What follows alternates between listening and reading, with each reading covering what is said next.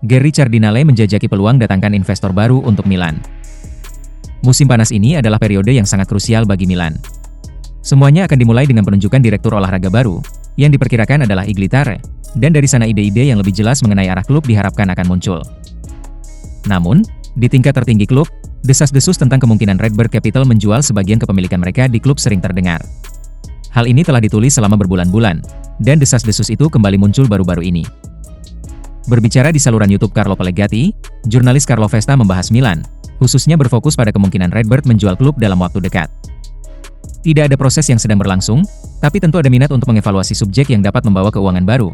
Oleh karena itu uang baru, kekas Cardinale yang melakukan akuisisi ini dengan utang, Gary Cardinale membeli Milan seharga 1,2 miliar euro dengan hampir 700 juta euro dalam pembiayaan dari Elliott. Pembiayaan ini kemudian dikurangi selama beberapa bulan terakhir dengan pembayaran kembali 170 juta euro, sehingga utang kepada Elliott turun menjadi hampir 500 juta euro, ujar Cardinale.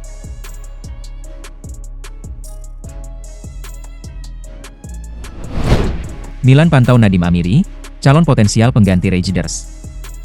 Sumber-sumber yang dekat dengan situasi tersebut telah menginformasikan bahwa Milan telah menempatkan seorang scout untuk memantau Nadiem Amiri, salah satu bintang yang jadi tulang punggung Mainz di musim kemarin.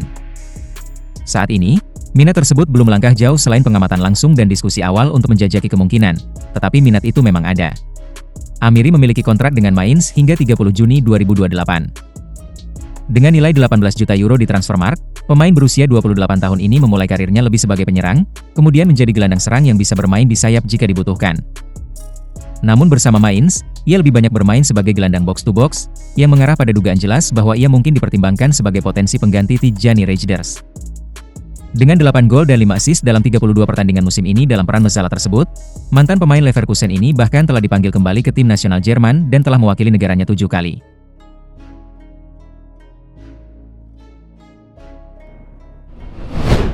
Pemecatan Paolo Maldini dan Massara awal dari runtuhnya Milan. Gary Cardinale, CEO Redbird Capital yang jadi pemilih mayoritas saham AC Milan, bertindak layaknya seorang Amerika, di mana dia mengambil inspirasi dari Hollywood dengan menawarkan pasar transfer menggunakan pendekatan Moneyball. Ini adalah tindakan yang, dalam prakteknya menyebabkan Milan menggantikan Frederick Massara dengan algoritma, dan Paolo Maldini yang digantikan oleh seorang akuntan bernama Giorgio Furlani sebagai CEO klub. Sejak saat itu, keputusan-keputusan yang diambil hanya beralih dari satu bencana menuju bencana lainnya yang terus membesar. Puncaknya, kegagalan Milan Futuro dan tim senior yang berada di posisi ke-9 klasemen Serie A. Mungkin saja pengaturan yang tidak sesuai ini dapat menghasilkan pekerjaan positif dengan visi yang terpadu dan kolektif. Namun faktanya, semuanya buyar ketika laporan mulai muncul tentang perebutan kekuasaan internal di dalam manajemen. Padahal Serie A dan sepak bola itu unik. Tim yang menang bukanlah mereka yang mencoba mengakali sistem, tapi mereka yang mengandalkan profesional terpercaya, yang memahami dinamika sepak bola secara luar.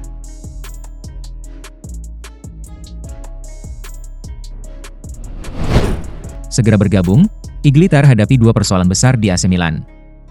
Theo menjadi salah satu fokus awal karena kontraknya berakhir pada Juni 2026, tetapi belum ada kesepakatan kontrak baru dengan AC Milan. Klub tidak bersedia menaikkan gaji Theo sesuai permintaan, membuat negosiasi berlarut-larut tanpa kejelasan. Akibatnya, Milan kemungkinan besar akan membuka pintu keluar bagi sang bek kiri, dan agennya telah mulai memperkenalkan kliennya kepada calon pelamar. Sebagai antisipasi kemungkinan kepergian Theo, TAR disebut-sebut sudah menyiapkan nama pengganti. Gazzetta menyebut Destiny Udogie dari Tottenham sebagai opsi utama jika Milan harus melepas pemain asal Prancis tersebut. Langkah ini menunjukkan kesiapan klub untuk beradaptasi secara cepat dengan dinamika pasar transfer yang menuntut ketepatan strategi. Sementara itu, situasi Maignan juga belum menemui titik terang. Milan telah menawarkan perpanjangan kontrak dengan sedikit kenaikan gaji, tetapi hingga kini belum ada respons dari perwakilan sang kiper. Ketidakpastian ini menjadi tantangan awal bagi Tare dalam menjaga stabilitas tim, terutama di sektor pertahanan yang sangat bergantung pada performa Maignan.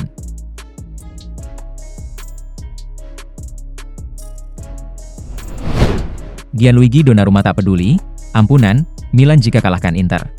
Inter Milan akan menghadapi Paris Saint-Germain di final Liga Champions pada akhir bulan ini. Dalam laga tersebut, dan akan ada satu wajah yang sangat familiar di pihak lawan dalam diri Gianluigi Donnarumma.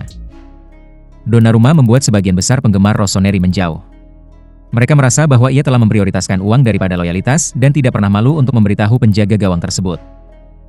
Tentu saja, akan ada banyak penggemar Milan yang mendukung Paris Saint-Germain asuhan Donnarumma di final Liga Champions. Para penggemar rossoneri akan senang melihat rival sekota mereka, Inter, kalah untuk kedua kalinya dalam 3 tahun. Dalam sesi wawancara bersama La Repubblica terkait, ampunan, dengan mengalahkan Inter di final UCL, dia mengaku sudah tidak peduli lagi jika PSG memenangkan trofi Liga Champions. Saya tidak peduli, saya fokus pada final, dan saya ingin menang. Saya selalu ada rivalitas dengan Inter. Tapi pada saat yang sama, akan ada banyak teman saya di depan saya. Meskipun kami adalah lawan di lapangan, tegasnya.